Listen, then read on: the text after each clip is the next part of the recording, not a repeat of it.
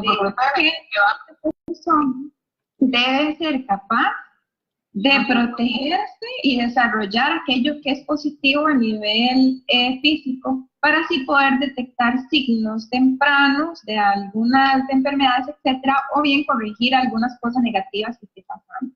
Y el artículo también mencionaba que podía haber, en inglés se llama un impairment, como una deficiencia en la autoconciencia en los componentes, que podía ser que uno los estuviera como haciendo inconsciente, o bien que se desconectaran. Pues con esa idea empiezo a indagar aún más en la literatura.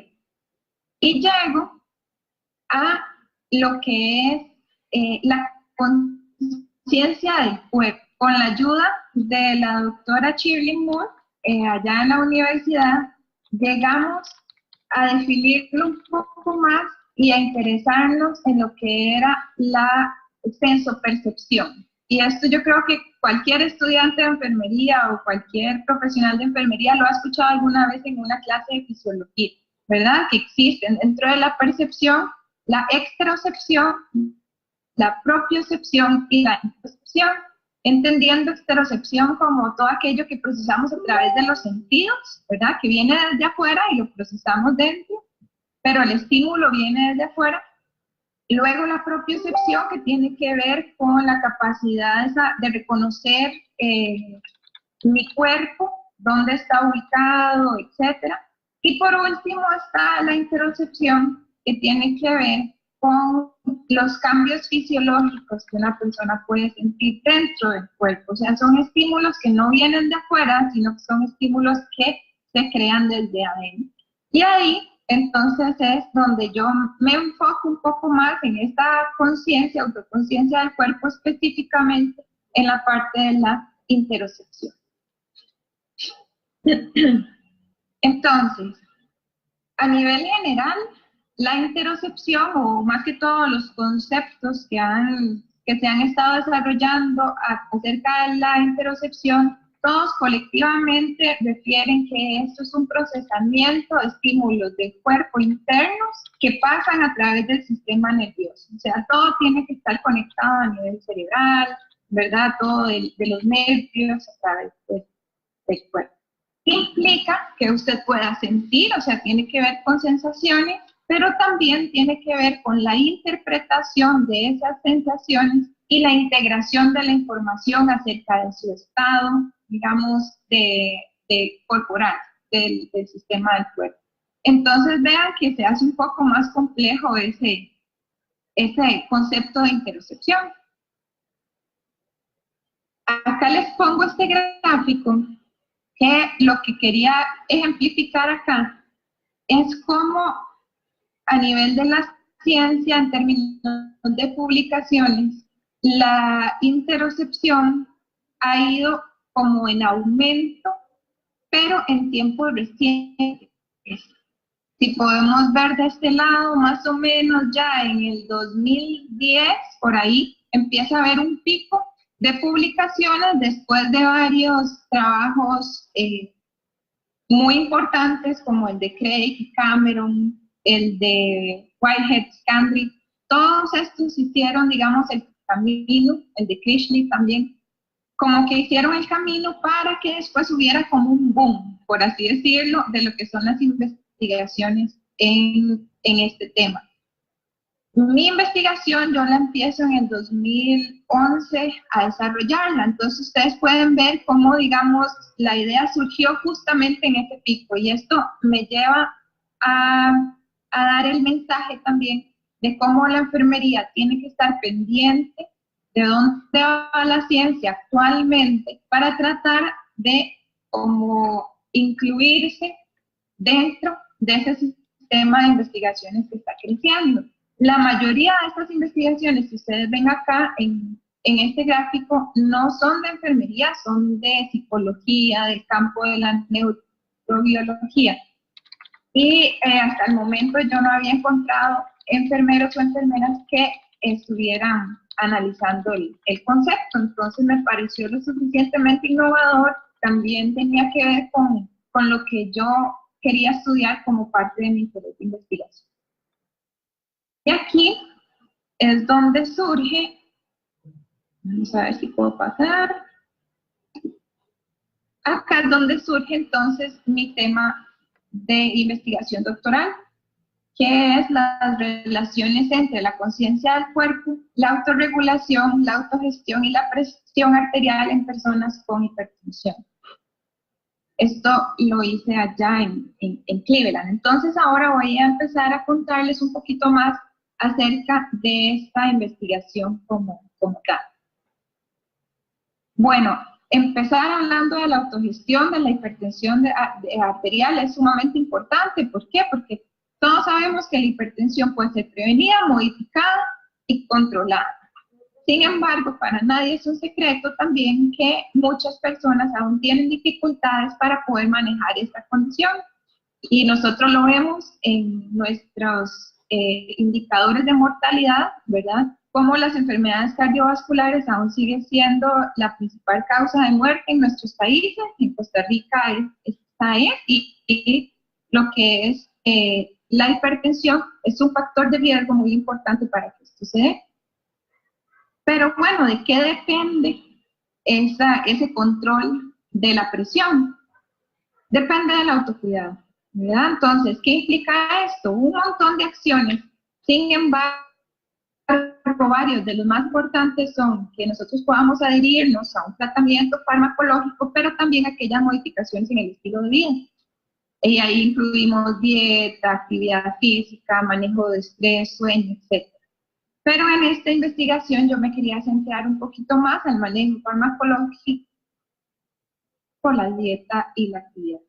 Entonces se llega a la conclusión de que se necesita un modelo de enfermería que integre la parte biológica y de comportamiento para poder identificar y comprender estos mecanismos que podrían estar influyendo en lo que es la autogestión. Porque podríamos ver antes que las intervenciones que se hacían a nivel de presión arterial eran más que todo educativas. Pero ahora sabemos que hay una parte biológica que también nos gobierna, ¿verdad? Que va a dirigir varias cosas de nuestro comportamiento y que todos nos comportamos de manera distinta según diferentes estímulos. Entonces, como que ya vamos viendo que solamente estrategias educativas no nos está dando los resultados que queremos a nivel de autorregulación o autogestión.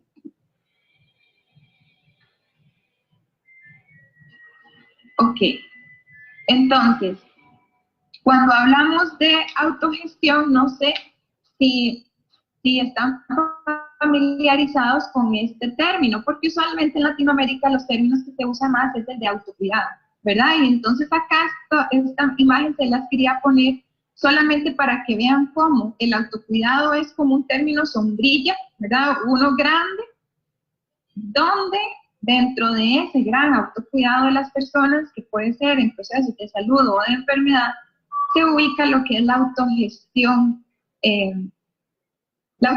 Entonces esto tiene que ver un poco más con cómo nosotros manejamos especialmente enfermedades crónicas.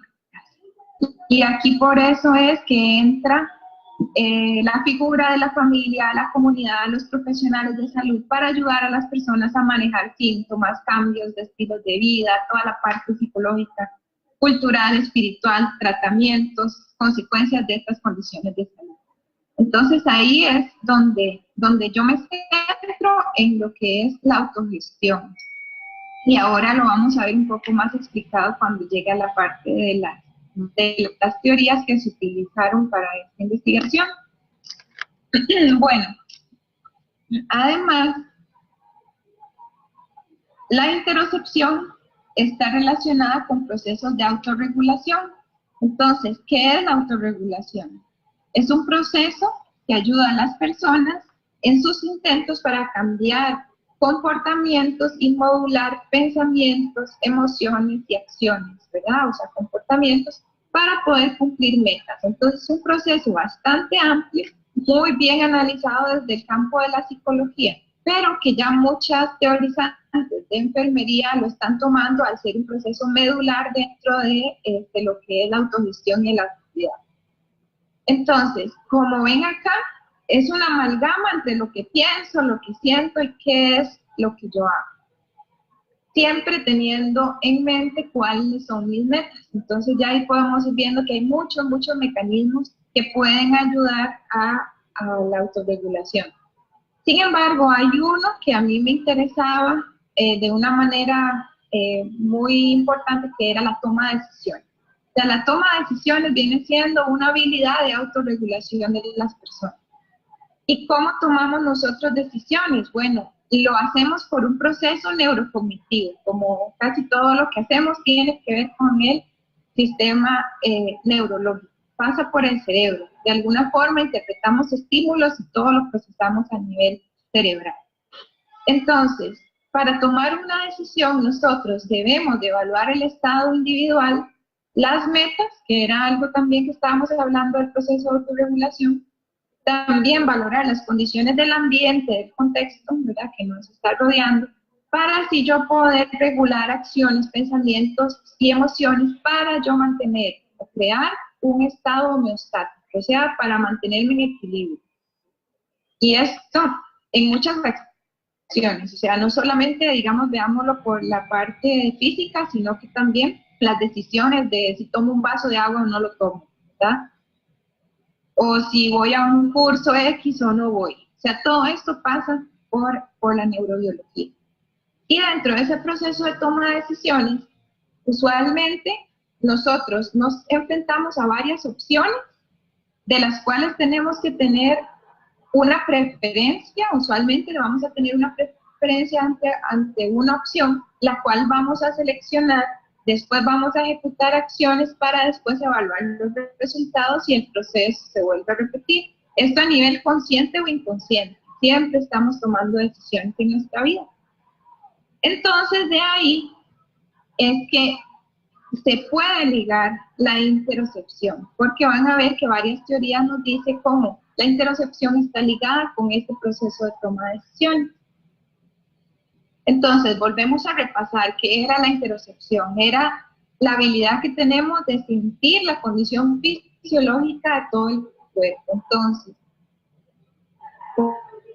sentir hambre, nosotros podemos sentir dolor. Yo no tengo una llave, todo sentir latidos cardíacos, podemos sentir respiraciones, etcétera. Todos estos estímulos que vienen desde dentro, nosotros los interpretamos a nivel cortical, o sea, a nivel del sistema nervioso, y los interpretamos y procesamos. Entonces, vean que las sensaciones que nosotros podemos tener en el cuerpo son bastante amplias.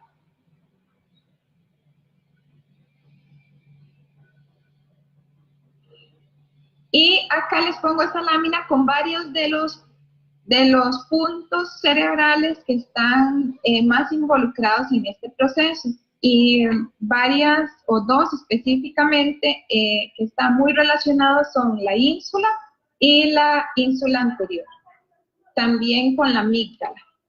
Entonces esto se los dejo ahí como para que si están interesados también en la neurobiología, ¿verdad?, puedan seguir indagando un poco más en qué ayudan estas áreas cerebrales. Pero entonces la interocepción, a través de estos mecanismos, lo que hace es integrar el estado psicológico y fisiológico presente. Dice, o sea, que me están pasando en este momento, pero también los anticipados, los que yo pienso que me podrían suceder, y su valencia. Y cuando hablamos de valencia es ponerle como algo positivo o negativo. Esto es bueno o es malo, es importante o no es importante, es beneficioso o no es beneficioso. Entonces, esto nos ayuda en el proceso de toma de decisiones a poder evaluar opciones y guiar así los comportamientos. Entonces, ven cómo todo se está ligando ahora. Entonces, con este preámbulo, se llega a las preguntas de investigación de la tesis, las cuales eran: ¿cuáles son las relaciones entre la interocepción, la autorregulación, específicamente la toma de decisiones y otras habilidades de autorregulación, y los comportamientos de autogestión? En este caso específico, si las personas se adherían a los medicamentos, a la dieta y a la actividad física, y cómo estaba el control de su presión arterial. Todo esto en personas con hipertensión. Y también estaba una segunda pregunta que era ver si estas relaciones estaban moderadas por varias covariables como la edad, sexo, educación, depresión, ansiedad, comorbilidades, complejidad del régimen de medicamentos y el conocimiento que tenían las personas acerca de la hipertensión. Y aquí llegamos a la parte de cuál era el marco teórico que guió esta tesis. Y esta parte a mí me gusta bastante explicarla, porque en esta tesis se utilizó una teoría de mediano rango de enfermería, la cual se llama la teoría de la autogestión individual y familiar de Ryan y Sawin, que es relativamente nueva, del 2009, pero también se usó una teoría que tiene que ver con la psicología, que nació en los 90, que se llama la hipótesis del marcador somático. Y entonces se pudo hacer una amalgama, por así decirlo, entre lo que era una teoría de psicología con una de enfermería, ya que la hipótesis de marcador somático explica un poco más detalladamente conceptos que ya la teoría de enfermería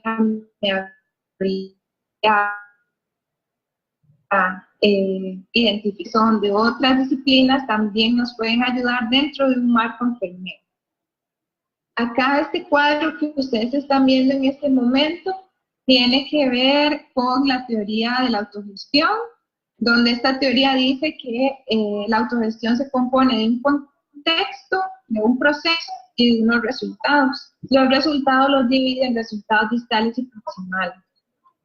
Para esta tesis, yo me centré en estos que estoy acá, que son los factores individuales o familiares, son características individuales. Aquí me centré en las habilidades que tiene la persona. Y aquí es donde entonces podemos decir que la interocepción puede tomar un lugar en esta teoría. Luego, como ven, en la parte del proceso se habla de habilidades de autorregulación. Y dentro de esas habilidades de autorregulación viene lo que es la toma de decisiones, ahí en pequeñito lo pueden ver. Y además dice que todo este proceso va a incluir de autogestión. Y además esto va a tener un impacto en lo que es el estado de salud. Ahora vamos a ver eso traducido a variables en el estudio, pero esta era la gran teoría, digamos, o más bien la teoría de rango medio que me guiaba. Y ahora, acá con la explicación de la teoría del marcador somático, a mí me gusta hacer como una actividad con ustedes. Yo no sé si me va a salir aquí porque quisiera como que me contesten, pero no sé si todos tienen audio de manera que los pueda escuchar. O que pongan por este momento sin silencio, o sea, que le quiten el silencio al micrófono para que me puedan contestar. ¿Estamos? ¿Sí? Sí, ok.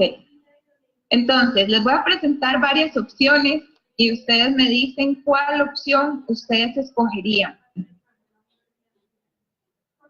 Les voy a presentar acá un sándwich. Entonces me dicen si escogerían para comerse en este momento el sándwich número 1 o el número 2. Este es el número 1.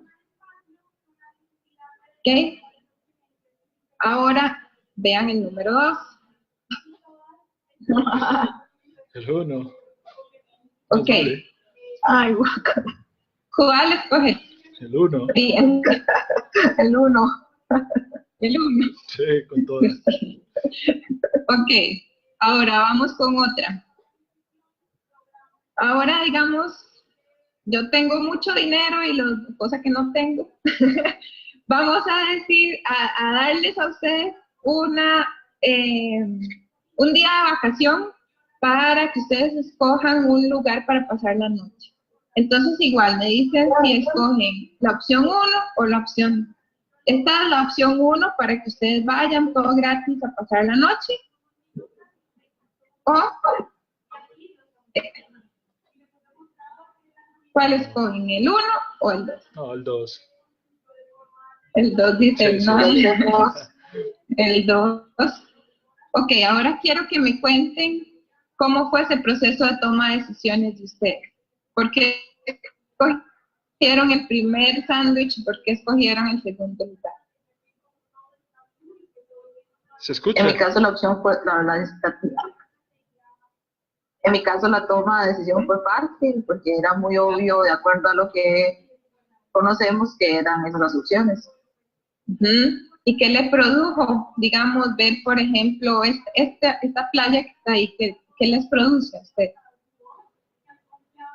Placer. Placer. ¿Y esta otra, en cambio? Bueno. Miedo.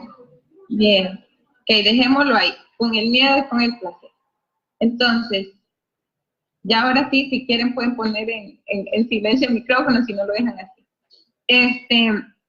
Con esta pequeña actividad lo que quiero es ejemplificarle esta hipótesis del somático, que dice entonces más bien que cada emoción está ligada a una respuesta somática. Cuando hablamos de respuestas somáticas es algo que produce el cuerpo, ¿cierto?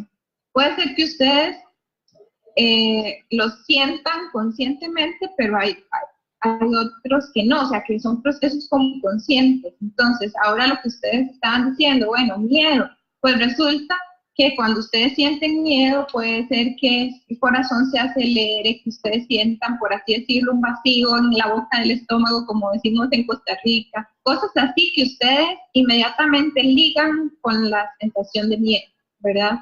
Todo esto se estructura a nivel cerebral, que es lo que dice esta hipótesis, y lo que va a hacer este proceso es que nos va a guiar en la toma de decisiones. Entonces, usualmente, la persona tendería a escoger la opción que le parezca más beneficiosa para sí mismo. Entonces, en este caso, bueno, si tengo un lugar que me produce placer y otro que me produce miedo, pues yo voy a escoger con más razón el que me produce placer. Entonces, esta es la teoría detrás del gran marcador somático, pero como se sabe, todo tiene sus excepciones y hay personas que tienen estos procesos un poco diferentes. Por ejemplo, en las adicciones, este tipo de estructuras cerebrales están desajustadas, por así decirlo, ¿verdad? Porque entonces la opción que me provoca placer no es necesariamente la que me conviene. Puede también estar atado en procesos de depresión, de ansiedad, de trastornos alimenticios, etcétera, ¿verdad? Pero, entonces, lo que nos dice ese marcador es que si yo estoy un poco más consciente de los cambios fisiológicos dentro de mí, puede ser que eso me ayude a seleccionar las opciones que son más ventajosas para mí. Entonces acá les pongo otra imagen que tiene que ver con este marcador somático, porque se acuerdan que les dije que esto tenía que ver con estados presentes o anticipados. O sea, pueden ser cosas que están pasando en este momento, pero también cosas que yo me imagino, porque todas estas sensaciones, pensamientos, procesamientos se quedan en la memoria. Entonces, cada vez que ustedes tienen varias opciones y ustedes ya saben cuáles son los posibles resultados, entonces se va a desencadenar una reacción emocional ligada a un cambio fisiológico que se va a quedar en la memoria. Y si ustedes necesitan usarlo otra vez, pues entonces ya van a tomar la decisión, ¿verdad?, que necesitan. Entonces, esto es otra vez una forma de ejemplificar lo que estábamos hablando, ¿verdad? De que mi corazón está latiendo más rápido, estoy sudando, mi estómago está, que usualmente debería ser la que es más ventajosa para uno. Y volviendo ahorita a la investigación, este es el modelo, el diagrama teórico empírico de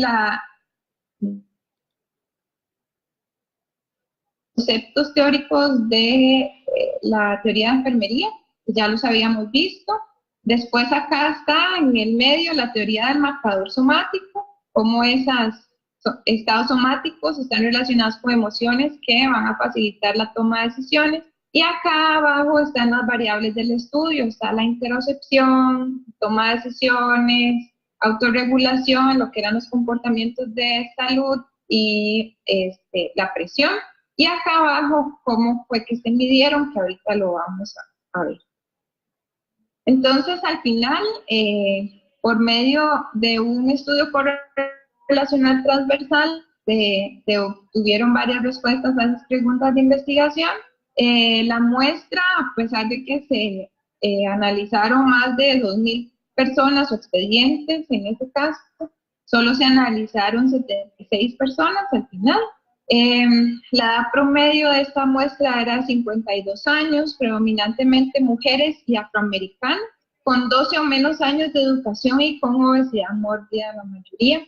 Tenían también un promedio de 9 comorbilidades activas según el registro del expediente y tenían alrededor de 7 medicamentos para tratar todas sus condiciones médicas. Entonces, si pueden ver, era bastante compleja lo que era la muestra.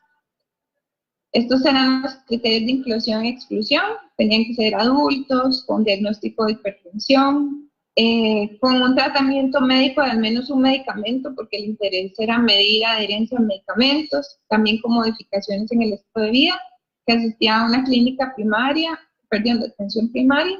Se excluían si no entendían inglés o español, o si tenían documentados alguna deficiencia cognitiva, accidente cerebrovascular o causas secundarias de hipertensión, y también otras condiciones que pudieran reducir la habilidad para hacer actividades físicas, como estadios severos ya de enfermedades a nivel renal o de fallas cardíacas, etc. Acá se puede ver lo que son los instrumentos que se utilizaron. Para la interocepción, aquí me interesa detenerme en que se utilizaron 2 instrumentos. Uno, que es una forma objetiva de medir la interocepción, que es un test de latidos, de percepción de latidos cardíacos, donde entonces uno le pide a la persona que sin tomar el pulso por ningún lugar, trate de sentir sus latidos cardíacos y los cuente por periodos de tiempo cortos. La persona en ese momento tiene un electrocardiograma, entonces yo como investigadora puedo ver exactamente cuántos latidos tuvo y eso lo comparo con lo que la persona dice que sintió, ¿verdad? Entonces puede ser que tuvo, por decir algo, 10 latidos cardíacos según el electrocardiograma, pero que la persona me diga que solo sintió 5. Eso se le hace, hay una fórmula y se saca un resultado. Pero también está el test, el Mayer, que es una forma de autorreporte para medir la interocepción. Luego, para la toma de decisiones, se usó un juego de cartas que era en un iPad, donde la persona se enfrentaba a condiciones de riesgo, de perder dinero o no perder dinero según la toma de decisiones que iban haciendo. Entonces eso a uno le dice qué tan susceptible está esa persona o más bien cómo se comporta en momentos de incertidumbre y riesgo. Y luego están otras mediciones de las variables, como el Morinsky para la adherencia a los medicamentos, el índice de dieta DASH para la dieta, el IPAC para actividad física, se midió la presión por medio de monitores electrónicos, y después acá pueden ver lo que son más que todo las medidas de autorreporte para todo lo que eran las covariables, que por asuntos de tiempo no voy a ahondar.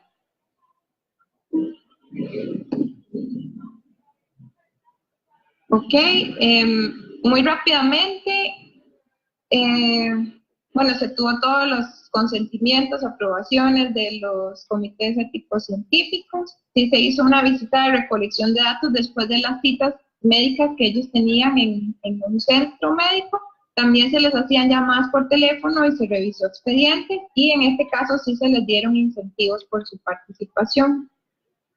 Y en cuanto al análisis y el manejo de los datos, se utilizaron correlaciones de Pearson y regresiones múltiples jerárquicas para poder responder a las dos preguntas de investigación.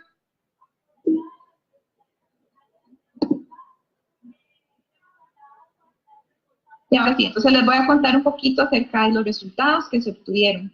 Acá hay varias cosas que son relevantes, porque acá el MAIA, recuerden que este es el cuestionario de autorreporte que tiene que ver con la interocepción. Ustedes aquí pueden ver los posibles rangos de este test.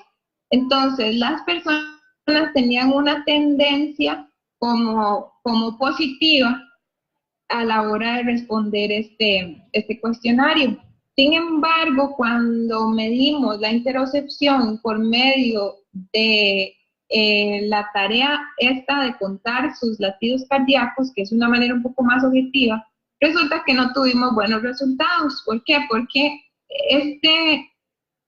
esta medición dice que para que yo pueda decir que una persona es un buen perceptor de sus latidos cardíacos, tiene que darme 0.85 o más de 0.85. Y ustedes ven ahí que el promedio era de 0.48. Entonces quiere decir que las personas no estaban siendo capaces de sentir esos latidos cardíacos. Entonces esto es una diferencia muy importante que ahorita voy a hacer alguna discusión al respecto. También podemos ver aquí, por ejemplo, el Morinsky también es bastante bajo, las personas no se estaban adhiriendo muy bien a los medicamentos. También el índice para la adherencia de la dieta era bastante bajo. Y como pueden ver también acá, la presión arterial estaba en rangos que son bastante elevados, con un promedio de 143 y 86 para la diastólica. Eso a nivel de variables principales del estudio. Luego,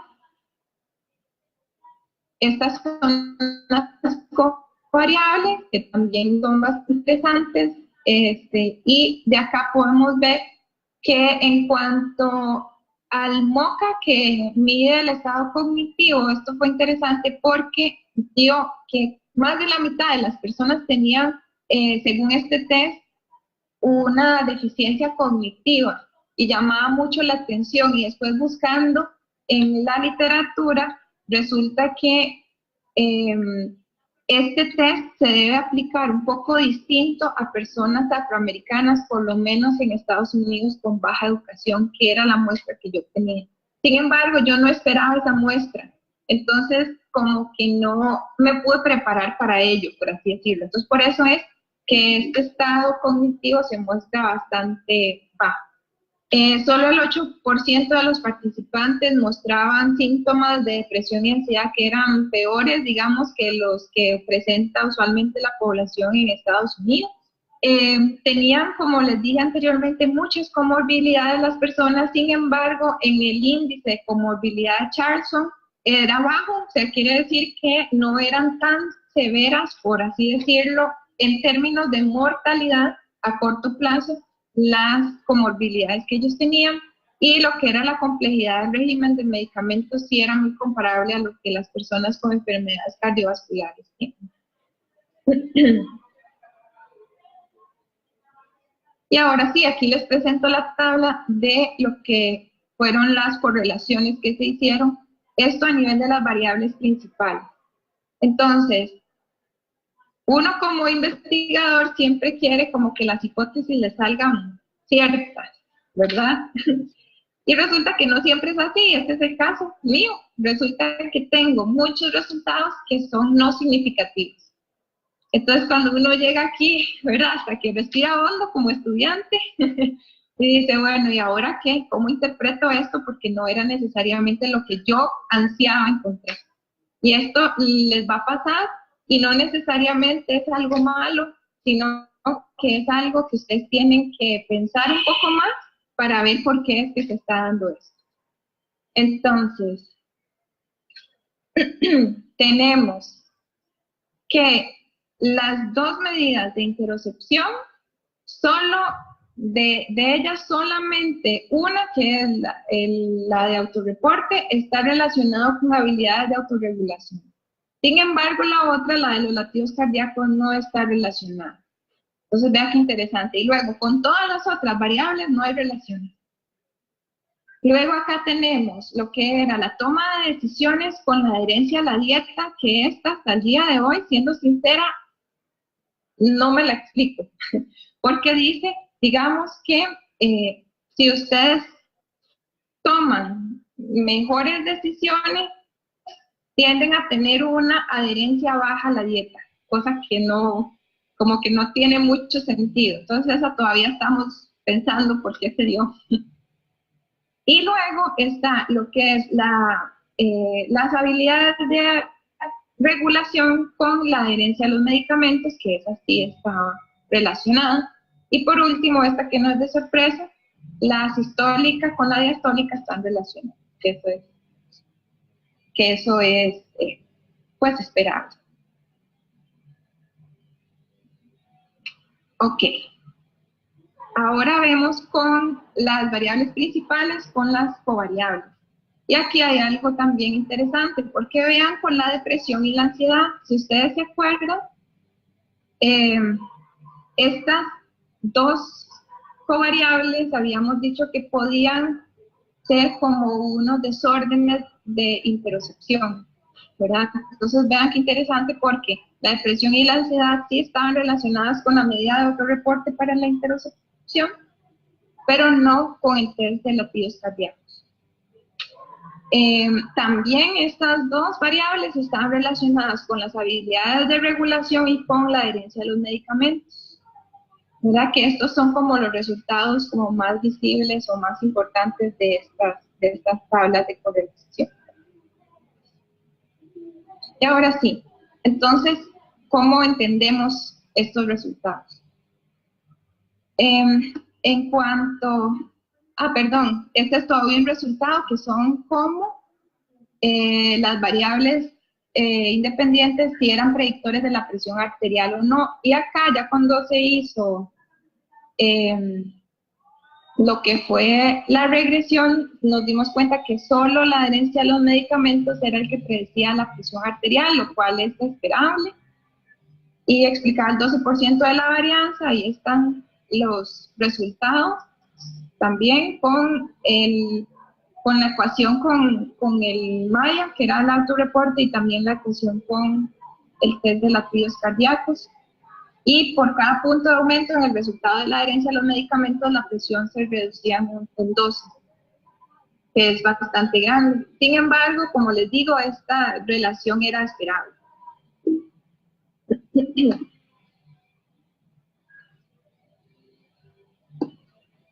Y los efectos moderadores también fue interesante, porque solamente la edad tenía una reacción negativa con la presión diastólica, y al final de cuentas esto no fue tan significativo, entonces tampoco encontré muchas relaciones de moderación.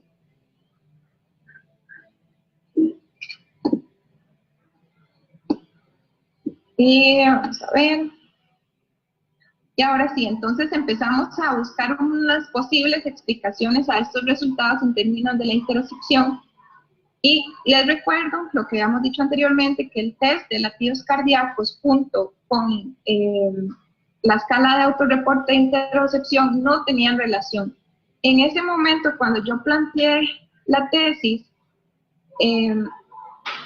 estos dos instrumentos medían el mismo concepto. Entonces, mi hipótesis era que tenían que tener alguna relación porque medían lo mismo. Sin embargo, nos dimos cuenta que no, que estaban siendo como disociados de ese concepto. Y también este resultado se vio con la depresión y la ansiedad, porque el test de autorreporte sí estaba relacionado con la depresión y ansiedad, pero el test de latidos cardíacos no, igual que el test de autorreporte con la autorregulación. Entonces, la posible explicación que se dio en este momento fue que la interocepción tiene dimensiones que podrían estar siendo distintas y disociadas y o que influyen, impactan al comportamiento, especialmente al afectivo, de forma distinta. Y esto viene de la mano con lo que estos investigadores, especialmente el grupo de Garfinkel, pudo analizar.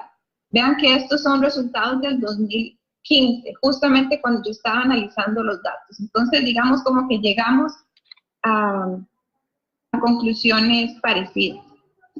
Ellos en el 2015, estos autores, Garfinkel y su equipo, lo que llegaron a decir en ese momento es que la interocepción no era una, sino que tenía varias dimensiones. En ese momento dijeron que habían tres, que había una precisión interoceptiva, que había una sensibilidad interoceptiva y que había una conciencia interoceptiva. Ahí están las definiciones y varios ejemplos, pero por motivos de tiempo vamos a decir que la precisión interoceptiva es una medida objetiva y que se mide a través de estos test, o sea, que usted pueda, por ejemplo, contar sus latidos cardíacos y yo puedo, por medio de ese electrocardiograma, comparar si usted tiene resultados muy parecidos a los que de verdad están pasando. Ahora, la sensibilidad interoceptiva es lo que yo pienso que estoy sintiendo. Y la conciencia interoceptiva es algo aún más complejo, que es, por ejemplo, cuando yo estoy haciendo ese test de latidos cardíacos, después yo le puedo preguntar a la persona que cómo siente que le fue, que si lo hizo bien o si lo hizo mal. Y lo que me diga la persona, entonces se vuelve como en esa conciencia interoceptiva. Entonces, vea qué interesante, según los resultados de este estudio, las personas no eran buenas detectando lo que realmente sentían, pero pensaban que eran buenas detectándolo. Ahí hay como una disociación entre lo que en realidad siento y lo que yo pienso que estoy sintiendo. Y eso está completamente disociado. Yo sé que estos son cosas como complejas a veces de entender.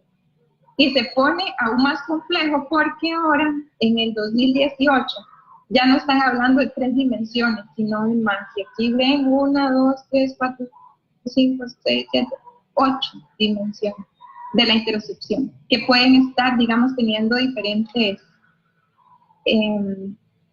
efectos sobre el comportamiento.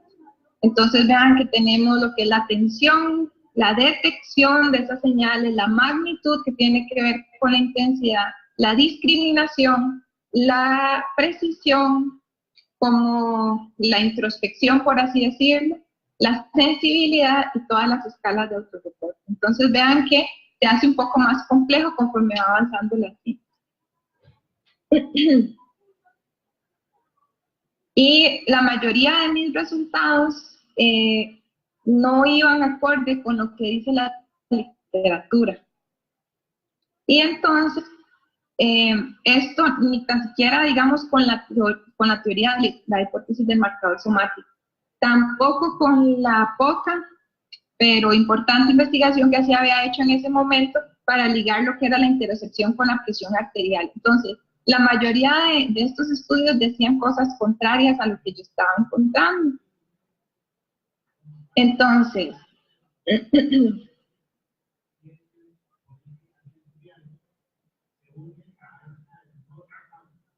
quiero llegar acá a esta diapositiva, porque al final lo que estamos pensando, digamos, a nivel de la ciencia de la interocepción, es que pueden haber diferencias en cultura y raza, ¿verdad? Diferencias interoceptivas por estos componentes.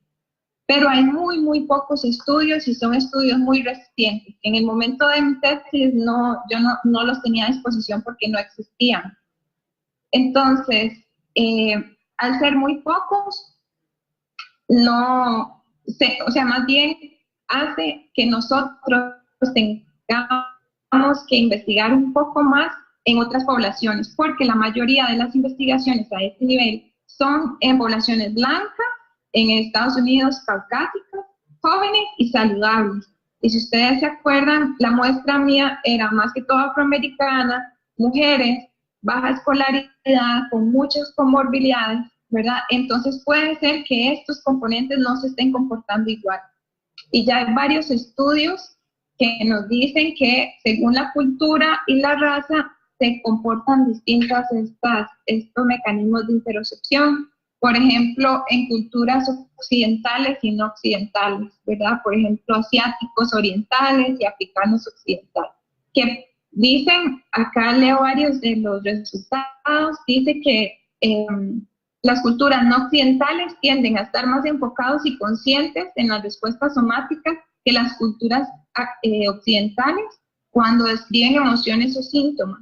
Y las culturas occidentales tienden a ser imprecisos en sus diferencias somáticas, que es parte de lo que se encontró en esta tesis. Entonces, pareciera que hay un componente de raza y cultura que es de importancia. También esto les comento que como los resultados de depresión y ansiedad fueron bastante interesantes, se hizo también una publicación acerca de esto, la cual ustedes pueden buscar. Y para ir finalizando, pues la importancia de estudiar la interocepción es porque aún nosotros necesitamos entender un poco mejor esos procesos neurocognitivos que le dan soporte a esos comportamientos de autogestión o autocuidado para el manejo de la enfermedad y en vez de extrapolar también para el manejo de la salud, ¿verdad? Entonces es necesario que nosotros lo conozcamos para apoyar los esfuerzos de estas personas para poder cambiar comportamientos. Y queda muy claro que se necesita más estudios que hablen acerca de las definiciones, atributos, influencia en el aspecto y el comportamiento de los diferentes componentes o dimensiones de la interocepción, en especial cuando estamos hablando de comportamientos en salud, que es completamente un campo de nuestra disciplina. Limitaciones en el estudio había muchos, por razones de tiempo no las voy a tocar. Acá doy varias recomendaciones para futuras investigaciones, ¿verdad? Pero tienen que ver más que todo con asuntos metodológicos y también con encontrar esas diferencias o medir esas diferencias entre las dimensiones de la interocepción. Y también algo importante que ya se está dando en otros países es que sí tenemos que empezar a explorar las áreas cerebrales y cómo estas se activan o se desactivan para poder encontrar como el biotipo de las personas y que pueda ayudar a que nosotros dirijamos mejor las intervenciones en el futuro. Entonces sí es muy importante la neurociencia en estos momentos. Y para ir finalizando y contarles en qué estamos ahorita, hay un proyecto acá en la UCR que es más o menos una réplica de este estudio, pero un poco más amplio y abarcando varias de las limitaciones, ¿verdad? O superando más bien varias de las limitaciones del estudio original, que tiene que ver entonces con estas relaciones entre la interocepción, las decisiones, autogestión e indicadores de salud cardiovascular en personas con diferentes enfermedades crónicas, ya no solo hipertensión.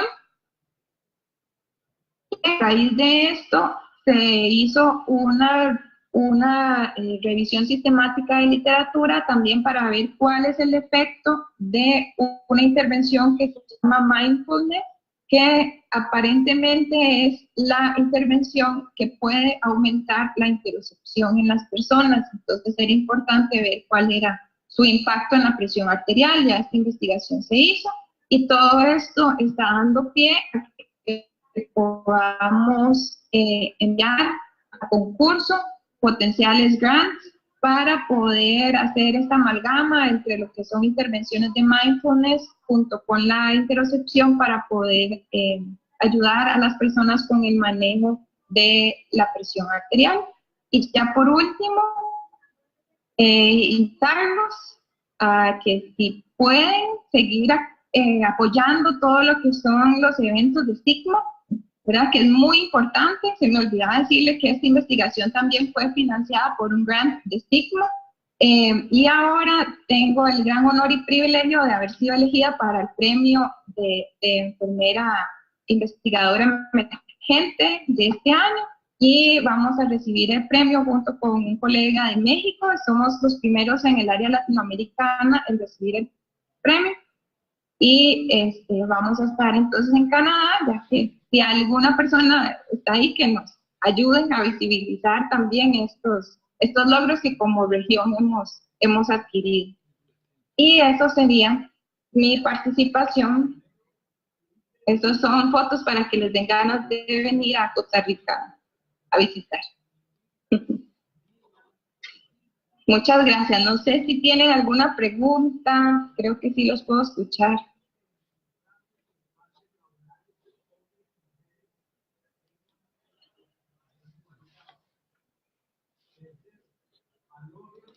Profesora, una pregunta, ¿cómo o algo? Hernán, no te escucho.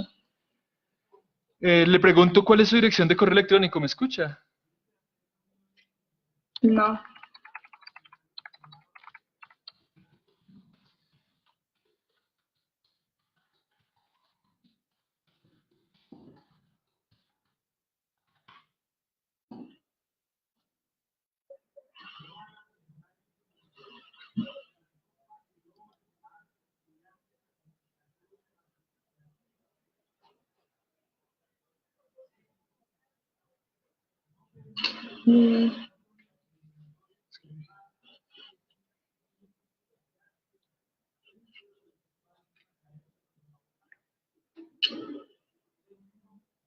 Creo que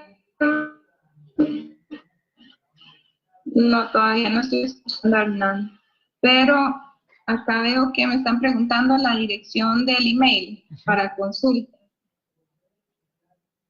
Entonces, acá hay una opción en el chat, se los voy a poner ahí, la información de contacto, para que si no tienen preguntas ahorita, me puedan contactar. Ahí está uno y muchas gracias.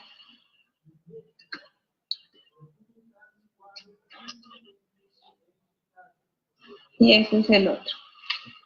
Muchas gracias, Fidel. Entonces, si no hay más preguntas o comentarios, no sé, Hernán, si hay algo más que agregar. Estamos. Sí, señora. Bueno, entonces agradecerles la participación, y creo que quedó grabado en otro momento también. Muchísimas gracias.